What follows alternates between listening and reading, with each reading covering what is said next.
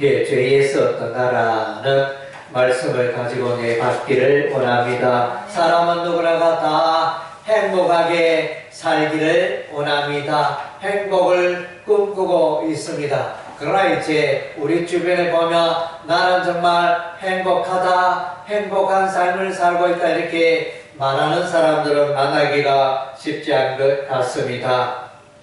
인간의 과학기술 문명이 발달했습니다. 최근에는 이제 AI, 인공지능, 반도체가 개발되어져서 이제 이 반도체가 혹은 로봇이 사람을 대체하고 사람이 하는 일을 하게 되고 이제 그런 일들이 우리 눈앞에 성큼 다가왔습니다. 아직까지는 초기 단계이지만 그래서 이제 이런 AI 반도체와 관련하여 미국의 유명한 엔비디아 회사가 있는데 거기에 돈이 2조 달러가 돈이 주식 시가총액이 2조 달러를 넘게 되어지는 그런 이제 엄청난 일이 일어났습니다. 그래서 이제 요즘 우리 시대의 인류의 희망은 이제 AI 반도체입니다. AI 반도체를 개발하면 우리 사람들이 더 행복하게 살 수 있을 것이라 이렇게 생각하면서 거기에 돈이 몰려듭니다. 전 세계의 모든 돈이 너무 몰려들어서 달입니다. 지금은 별로 하는 게 없는데 잘 되었으면 좋겠다 이런 사람들의 희망이 담겨져서 돈이 우리 말로 말하면 이렇게 2조 달러니까 우리 한국 돈으로 계산하면 2경 정도 어마어마한 돈이 몰려들었습니다. 그래서 그러나 이제 우리는 미래를 낙관할 수가 없습니다. AI 반도체가 반드시 우리를 사람들을 행복하게 해줄 것이라 우리는 그것을 이제 그렇게 속단할 수가 없습니다. 혹은 이제 주변의 뉴스를 보니까 AI 반도체가 우리를 사람을 행복하게 하는 것이 아니고 AI 반도체가 오히려 우리 인간을 불행하게 할 것이다. 그렇게 해서 AI를 인공지능을 너무 개발해서는 안 된다. 그렇게 주장하는 사람들도 있습니다. 그래서 이제 AI 반도체를 낙관할 수가 없는 것입니다. 그래서 우리는 아무리 과학기술 또 이제 생명과학기술이 발달할지라도 그러나 여전히 인간은 많은 문제 가운데 살고 죄 가운데 살고 있는 것입니다. 그래서 희망이 없는 것입니다. 우리의 소망은 과학기술 물질 문명의 발달에 있는 것이 아니고 오직 예수 그리스도 그분 안에 있는 줄 믿습니다. 하나님 그분만이 우리 인생을 행복의 길로 인도하신 줄 믿습니다. 예수 그리스도만이 우리 인생을 복되게 하는 줄로 믿습니다. 그래서 오늘날 과학기술이 문명기술이 발달한 게 뭡니까? 많은 사람들을 죽이고 있습니다. 두 개의 전쟁, 전 세계적으로 우크라이나 러시아 지역에 전쟁이 일어나서 우크라이나 군인 3만 명이 죽었습니다. 더 많이 죽었겠죠. 그냥 이제 공식적으로 발표하는 이는 또 러시아 군인들은 얼마나 죽었겠습니까? 그래서 발달된 미사일과 포탄과 비행기와 이런 과학 문명이 수많은 사람들을 죽이는 그 도구로 사용되고 있습니다. 이 물질 문명이 과학이 발달한다 하죠. 인공지능이 발달한다 하여 우리 인간이 행복할 수가 없습니다. AI 인공지능이 발달하게 되어지면 그런 로봇들이 사람들이 할 수 있는 일을 다 대체하여 사람들이 할 일이 없습니다. 사람들이 어떻게 보면 이제 앞으로는 로봇보다 못한 우리 인간의 모습을 그릴 수 없고 오히려 인간이 이렇게 노예로 몰릴 수 있고 조종당할 수 있는 그런 시대도 올 수 있으리라 보여집니다. 오늘 우리는 이제 구약 성경 사사기 말씀을 통하여 내받기를 원합니다. 사사기 1장, 2장, 3장의 그 내용들을 이렇게 우리가 성경을 읽어보면 불행한 역사, 어두운 역사, 탄식이 나오는 그런 역사, 하나님께서 탄식하시는, 하나님께서 심히 건심하시는 그런 역사들이 기록되어 있습니다. 하나님께서 이스라엘 백성들에게 약속하셨지, 젖과 꿀이 흐르는 그 가나안 땅으로 이스라엘 백성을 인도했지만 여호수아도 죽고 여호수아와 함께했던 장로들도 죽고, 그래서 믿음의 많은 사람들이, 믿음의 세대들이 세상을 떠나갔을 때 그 이후 여호수아가 죽고 난 이후의 세대들은 여호와를 알지 못하고 여호와 하나님의 기적을 알지 못하였더라겠습니다. 홍해 바다를 또 갈라서 이스라엘 백성을 건너게 하시고, 또 광야에 만나를 내리시고 메추라기를 보내시고 반석에서 샘물이 나게 하시고 구름기둥 불기둥으로 이스라엘 백성들을 건너게 하시고 요단강을 또 건너게 하시고 애굽에서 10가지 재앙을 통하여 이스라엘 백성을 보호 인도하시는 그런 수많은 하나님의 여호와 하나님의 기적과 기사를 잊어버렸습니다. 알지 못하였더라. 그래서 이제 정말로 안타까운 일이 아닐 수가 없습니다. 오늘 이제 한국교회도 점점 이제 그런 시대로 이렇게 흘러가고 있는 것 같습니다. 그래서 100년 전에 또 수십 년 전에 한국교회가 수많은 뜨거운 열정과 뜨거운 믿음과 넘치는 변화와 성장과 부흥을 경험하였는데, 이제는 이제 점점점 교회가 쇠락하고 쇠퇴하고 그런 역사, 그런 하나님의 권능을 잊어버리는 이제 그런 시대로 점점 접어들고 있는 것 같습니다. 그래서 이제 여기에 보면 사사기서 1장에서 3장까지 이 내용을 보면 이제 하나님께서 여호수아 이스라엘 백성들이 가나안 땅에 7 족속을 몰아내고 정복하라 이렇게 명령을 했습니다. 너희가 가나안 땅에 들어가면 그 부족들을, 족속들을 살려주지 말고 다 몰아내라, 전쟁으로 몰아내라 이렇게 명령하셨습니다. 그것을 그대로 순종했습니까? 그러하지를 못했습니다. 그러하지를 못했습니다. 사사기 1장, 2장, 3장에 보면 이스라엘이 가나안 족속들을 다 몰아내지 못하였더라. 그래서 여러 족속들을 몰아내지 못하고 그들과 더불어 공존하게 됩니다. 더불어 살게 됩니다. 그랬더니 이방 족속들이, 가나안 족속의 그 이방 족속들이 보면 그들이 섬기는 우상을 이스라엘이 섬기고, 그들의 함께했던 그 죄악의 습관들을 이스라엘 백성들이 동일하게 이렇게 행하여 마침내는 이 이방 족속의 우상 숭배에 빠져서 이스라엘이 가나안 땅에서 멸망합니다. 멸망합니다. BC 722년에 북이스라엘이 멸망하고 BC 586년에 남유다, 예루살렘, 이스라엘이 멸망합니다. 그래서 우상 숭배 죄 때문에 엄청 비극을 맞이하게 됩니다. 그리고 이제 또 사사기서 2장 13절 보니까 여호와 하나님을 섬기하여 이스라엘 백성들이 우상 숭배를, 우상신을 섬기기 시작합니다. 바알신을 섬기고 아스다롯 신을 섬기고, 여기서 이제 아스다롯 신, 아스다롯 신은 이제 사사기서 2장 13절에서 처음 나타납니다.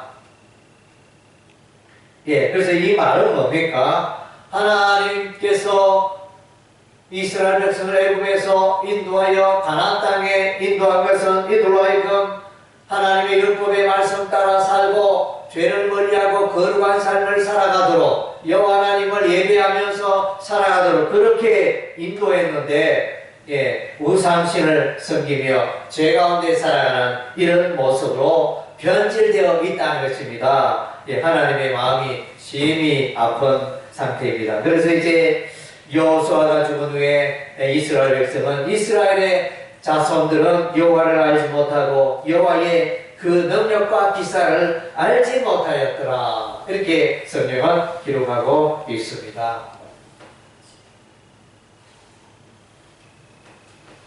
예, 사사기의 내용의 그 뼈대를 이렇게 보면 이스라엘 백성들이 죄를 짓습니다. 악을 행하여 우상숭배에 빠지고, 그래서 이제 이 우상숭배에 대해서 우리 하나님이 보고만 있지 않습니다. 죄에 대해서는, 죄악에 대해서는 우리 하나님이 반드시 심판하십니다. 징계하십니다.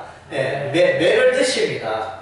그래서 그 죄악의 심판이 임하게 되고, 그래서 이스라엘 백성들이 이웃나라 족속에게 이제 지배를 당하여 통치받으면서 괴롭게 생활을 하게 됩니다. 우리나라도 일제시대 때 일본에게 나라를 빼앗겨가지고 얼마나 고생을 했습니까? 요즘 이제 영화 건국전쟁 영화를 보면 일제시대의 우리의 그 역사, 그래서 고난당했던 그런 역사, 나라 잃어버린 서름, 그런 것들이 또 나타나 있는데, 정말로 우리 선조들이 살아온 그 역사, 대한민국의 건국 초기의 역사는 정말로 눈물겹도록 힘들고 어렵고 혼란의 시대요.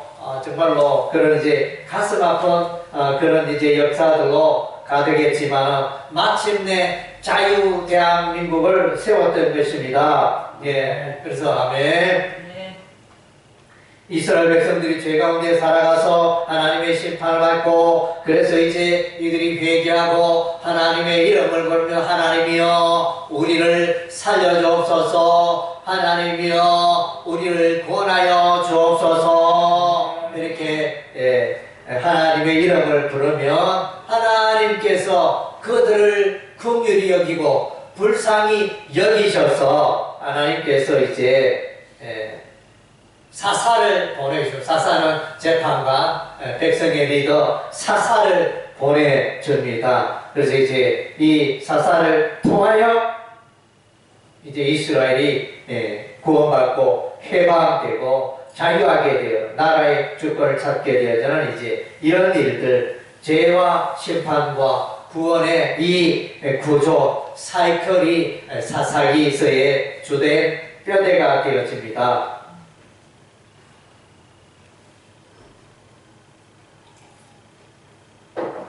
사사기서 3장에 보면 모압 왕 에글론이 18년 동안 이스라엘을 이제 속박합니다. 이스라엘을 다스리고 괴롭힙니다. 그래서 이 이유는 이스라엘 백성들이 악을 행하였기 때문에 18년간 나라 잃어버리고 통치받으며 여러 엄청난 재물은 약탈당하고 괴롭힘을 당했습니다. 이때 이스라엘 백성들이 하나님께 부르짖었더니 우리 하나님께서 베냐민 지파에 에웃을 보내가지고 에웃이 이제 모압 왕 에글론을, 왼손잡이 에웃이 모압 왕 에글론을 쳐 죽입니다.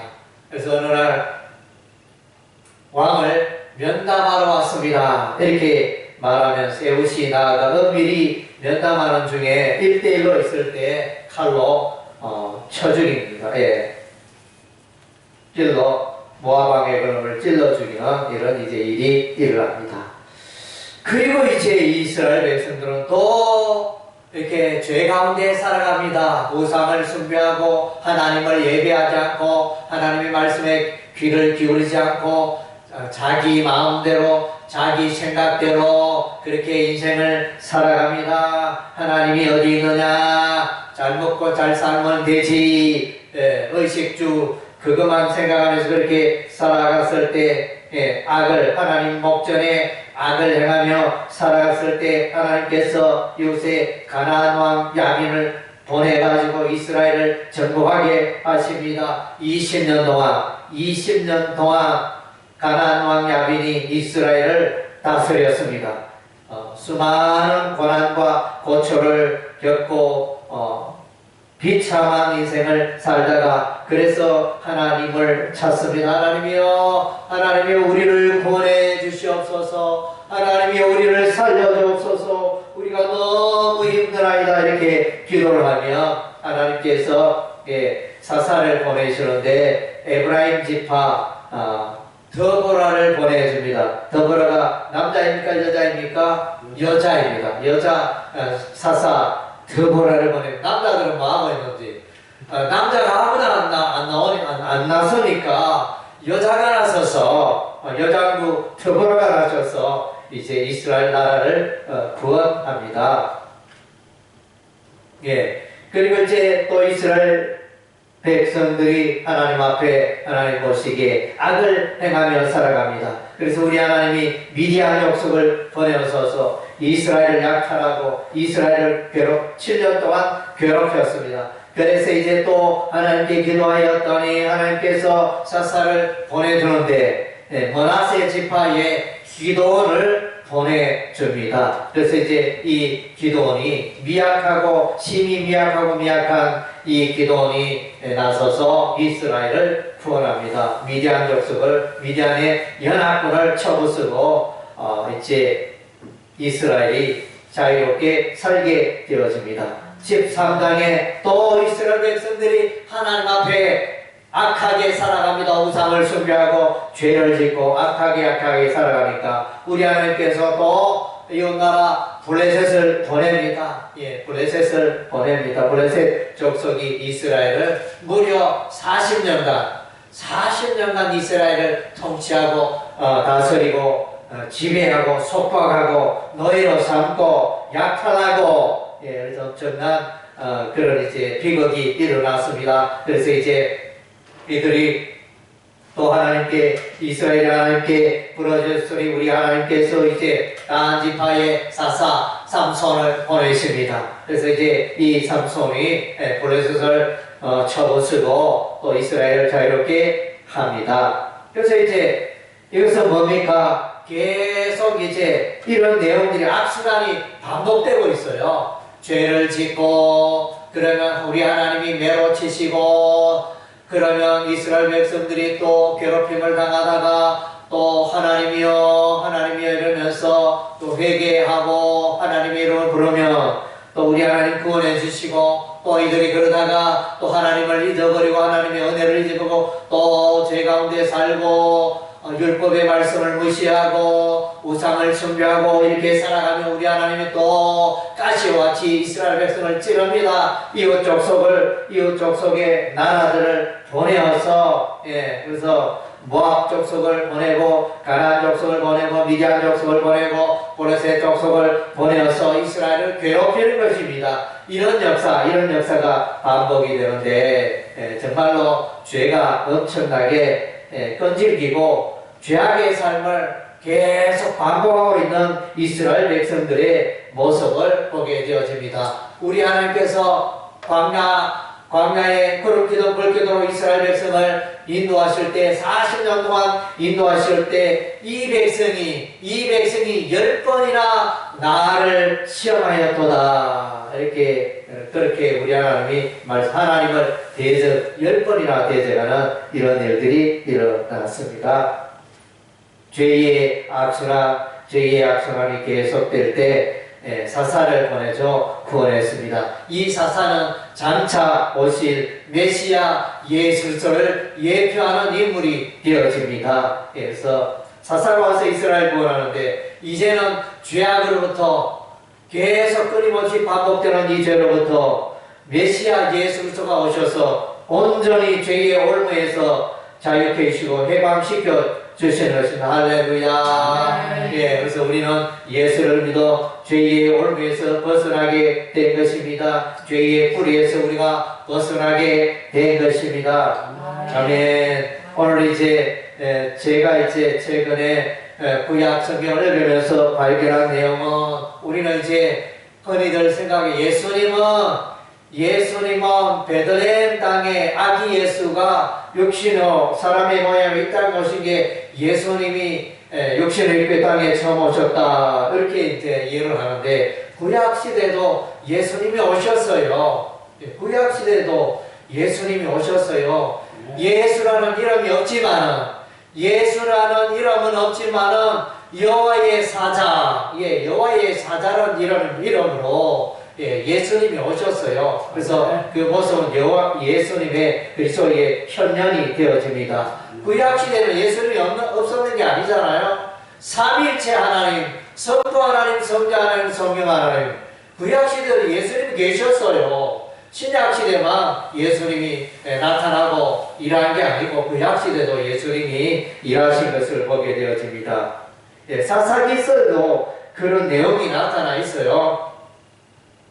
어디에 나타나 사사기서 6장 24절에 보면 이제 기도원에게 여호와의 사자가 나타납니다. 큰 용사여 하나님이 너와 함께 하신도다. 아니 사람을 잘못 보셨나이다. 우리 지파는 이스라엘의 12지파 중에 가장 미약한 므낫세 지파이고 므낫세 지파 중에도 우리 가문은 가장 약한 집안입니다. 사람 잘못 보셨습니다. 이렇게. 근데 이제 여호와의 사자가 누구냐? 나중에 알아요. 여호와 샬롬 그랬습니다. 여호와의 사자의 이름이 여호와 샬롬이라 이렇게 기록되어 있습니다. 여호와 샬롬은 뭡니까? 하나님의 평강, 여호와의 평강. 이 이름은 여러분이 좀 들어봤지 않습니까? 여호와 샬롬 어디서 들어봤죠? 예수님으로부터 들어봤죠. 이사야서 성경에 보면 이사야서 9장 6절 말씀에 보면 그래서 한 아기가 태어났는데 아기의 이름은 그 모사라, 기묘자라, 묘사라, 평강의 왕이라, 영원한 아버지라 그런 그 표현들이 5가지가 나타나는데 거기에 보면 이제 이렇게 평강의 왕, 평강이 히브리어 샬롬입니다. 그래서 예수님은 샬롬, 여호와의 평강인데 그래서 이걸 보니까 여호와의 사자가 여호와의 샬롬이라 이렇게 성경이 말해주고 있습니다. 그 약선 사사기서 6장 24절에 이렇게 말해주고 있습니다. 그리고 이제 또 어디에 나오느냐? 사사기서 13장 18절 말씀해 보면 삼손의 아버지가 마노아에게 여호와의 사자가 나타납니다. 그래서 이제 여호와의 사자가 나타나는데 이 여호와의 사자의 이름이 기묘자라 이렇게 나타납니다. 사사기서 13장 18절에 이 여호와의 사자를 기묘자라 이렇게 말. 기묘자는 조금 전에 말한 이사야서 9장 6절에 거기에 보면 한 아기 예수를 기묘자라 이렇게 말해주고 있지 않습니까? 그렇다고 볼 때 이 여호와의 사자, 기도원에게 나타난 여호와의 사자, 삼손의 아버지 마노아에게 나타난 이 여호와의 사자는 이제 예수님의 예수조의 현현이라는 것을 우리가 알 수 있습니다. 억지 주장이 아니잖아요. 성경이 이렇게 증거를 하고 있습니다.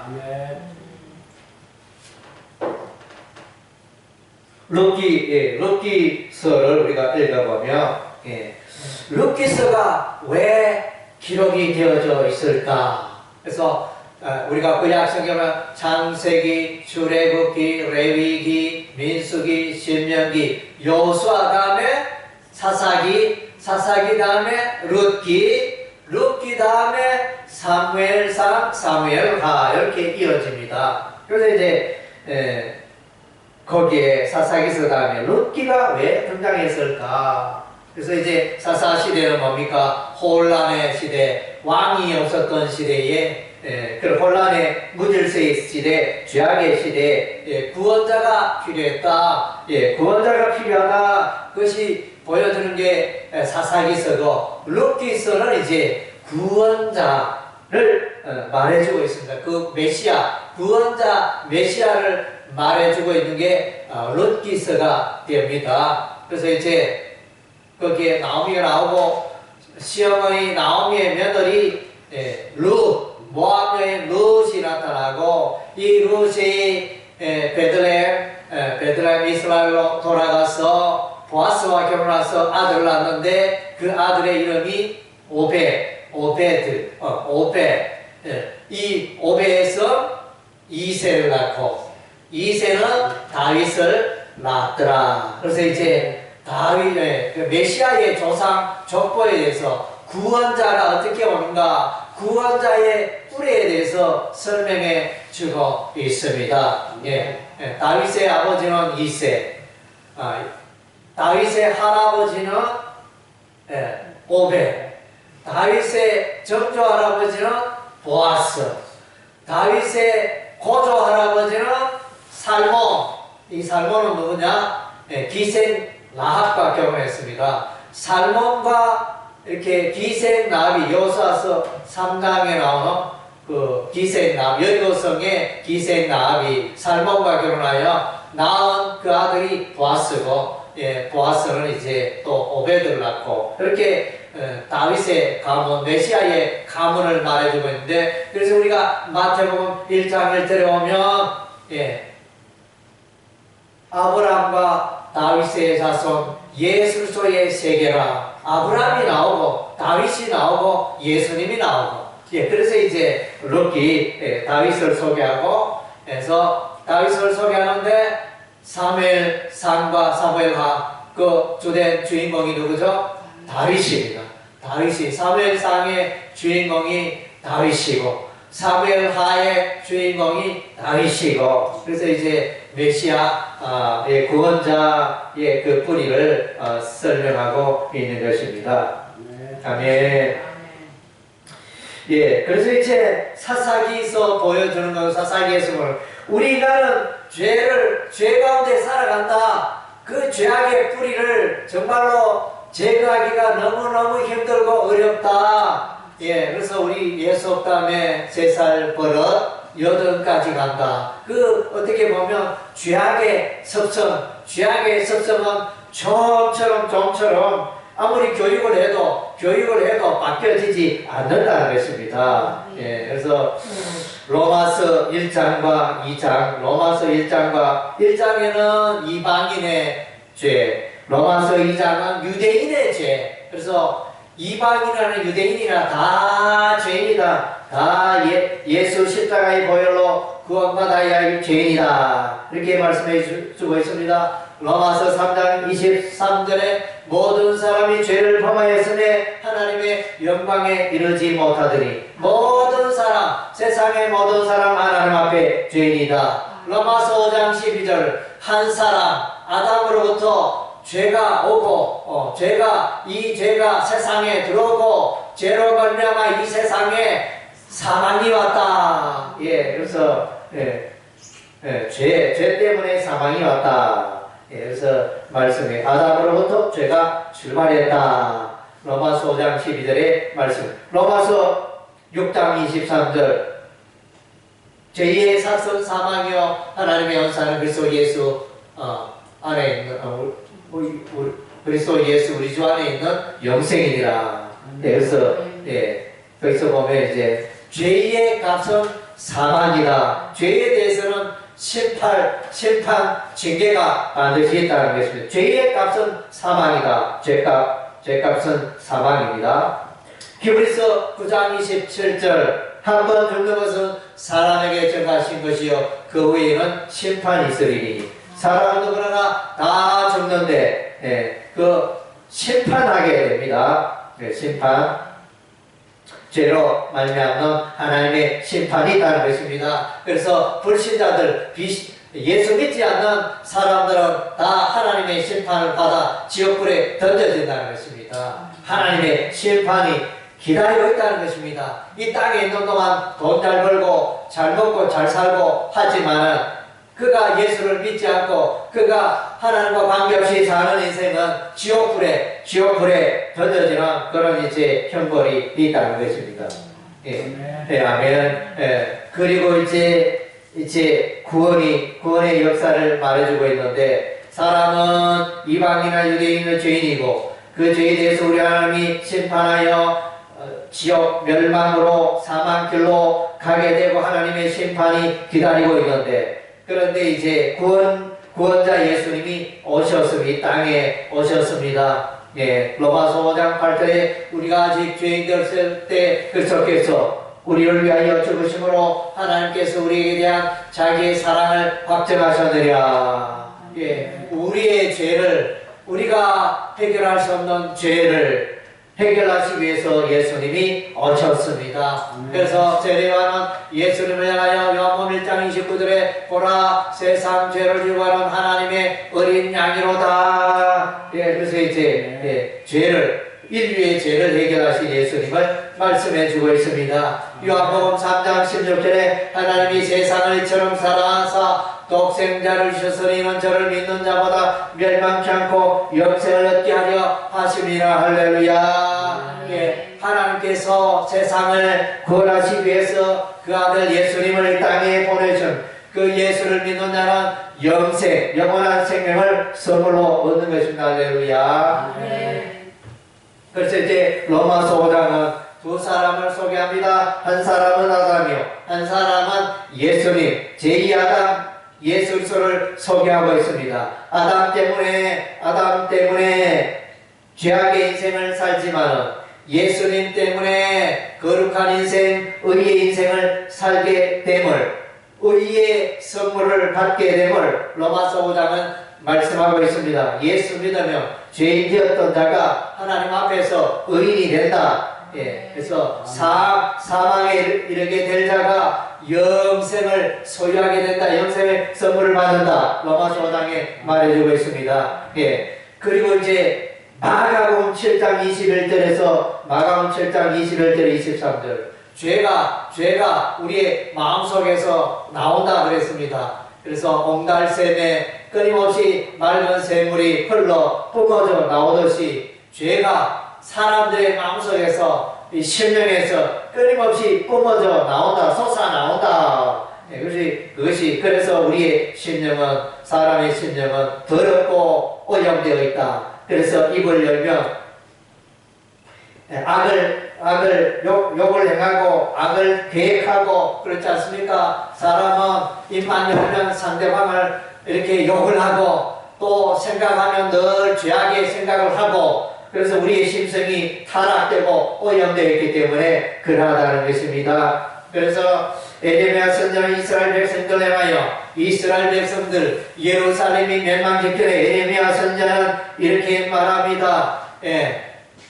구스인이 피부를 희게 할 수 있다면, 또 표범이 그 가죽의 반점을 깨끗하게 할 수 있다면 너희의 그 악행도 고칠 수 있으리라. 그렇게 말했습니다. 에레미야 선지자 이스라엘 백성들하여 도저히 희망이 없다, 불가능하다. 너희가 죄에서 떠나서, 죄에 대해서 떠나서 선하고 이렇게 살아가는 것은 불가능하다. 그래서 아프리카 사람들 피부가 검은데 그 검은 피부를 비누로 앞으로 씻어도 깨끗하게 되지 않는다는 것입니다. 그래서 아프리카 밀림의 표범에 얼룩 들어간 그 반점을 아무리 비누로 씻어도 여전히 그 무늬는 문양은 그대로 있다는 것입니다. 그런 것처럼 우리 인간의 죄악의 심성은 이걸 이렇게 해결할 방법이 없다는 거예요. 오직 예수 십자가의 보혈만이 우리 인간의 죄를 깨끗게 할 수 있다는. 할렐루야. 그 사람은 반합니다. 사람은 욕심이 많아요. 그래서 욕심 따라 살면 어느새 죄 가운데 빠집니다. 어느새 죄 가운데 빠지고, 그래서 이 죄 때문에 죄를 지은 자는 멸망 사망에 이르게 된다는 것입니다. 그래서 이게 공식입니다. 야고보서 1장 15절에 우리 인간의 삶의 공식, 사람은 욕심대로 살고 이렇게 살다 그 욕심 따라 살다 보면 어느새 죄 가운데 발을 들여놓게 되고, 그래서 이 죄 때문에 사망에 이르게 된다는 거죠. 로마서 7장은 우리 인간의 죄성을 말씀해 주고 있습니다. 사람은 두 개의 영향을 받습니다. 때로는 그리스도인이라 할지라도, 예수 믿는 사람이라 할지라도 죄를 짓고자는 그런 또 심성이 일어납니다. 반면에 또 때로는 이제 하나님의 말씀 따라 거룩하게 살아가야 되겠다. 하나님을 찾는 마음도 있고, 때로는 마귀에게 속아서 죄 가운데 빠지기도 하고, 이런 두 가지의 심성이 그리스도인의 삶 가운데 남아있다는 것입니다. 예, 여러분이 예수 믿고 나서 나는 이렇게 머리털 눈곱만큼도 나는 죄를 지은 적이 없다, 이렇게 말할 수 있는 사람이 있습니까? 아무도 없습니다. 예, 아무도 없습니다. 아무리 하나님의 은혜를 많이 받고 또 연보 생활도 잘하고 성경도 많이 읽고 기도도 많이 하고 전도도 많이 해도, 그래서 나는 죄를 한 번도 지은 적이 없어, 나는 하나님 보시기에 먼지만큼의 죄를 지은 적이 없어, 이렇게 말할 수 있는 사람 아무도 없어요. 아무도 없습니다. 예, 그래서 우리가 천국 가는 그날까지 우리가 변화되어 부활의 몸으로 변화되어 천국 가는 그날까지는 우리의 죄성이 여전히 우리 안에 있다는 것입니다. 그래서 사도 바울이 로마서 7장에서 이렇게 고백합니다. 오라, 나는 공고한 자로다. 이 사망의 몸에서 누가 나를 건져주랴. 보니까 바울은 더 순하고 이렇게 살아가려고 하는데, 가만히 보니까 내 안에 죄가 있네. 이 죄성이 남아있어서 나로 하여금 자꾸 죄짓게 하고 넘어지게 하네. 그것을 이제 고백하고 있는 것입니다. 예, 참으로 기쁜 것은 로마서 8장 2절 보니까 그리스도 예수 안에 있는 생명의 성령의 법이 죄와 사망의 법에서 너를 해방하였다. 예, 그래서 우리는 이제 그리스도인은 죄를 짓기도 하고 죄 가운데 살기도 하지만, 그러나 이제 기쁜 것은 죄와 사망의 법에서 너를 해방하였다. 내가 비록 죄 가운데 살지만은 너는 하나님의 자녀가 되었다. 할렐루야. 하나님 그렇게 저와 여러분을 선언하고 계십니다. 하나님의 그 의의 심판, 너는 내 것이고 너는 하나님의 자녀가 되었고 너는 의롭게 되었다. 예수 믿는 그 순간에 재판관이신 하나님이 그렇게 선언하셨습니다. 예, 이건 변함없는 진리가 되어집니다. 예수 안에 있는 생명의 성령의 법이 우리를 죄와 사망의 법에서 우리를 해방시킨 것입니다. 할렐루야. 예, 일본의 히로시마 나가사키에 떨어진 원자 폭탄 투하로 말미암아 일본이 무조건 항복하게 되는 것처럼 우리의 삶 속에 예수 십자가의 보혈이 떨어지니까 모든 죄가 깨끗게 되고 해방되고, 우리는 이제 자유하게 되고 의인이 되고 하나님의 백성이 된 줄로 믿습니다. 그래서 우리는 죄에서 떠나고 깨끗하고 거룩한 삶을 살아가야 할 줄로 믿습니다. 아멘. 예,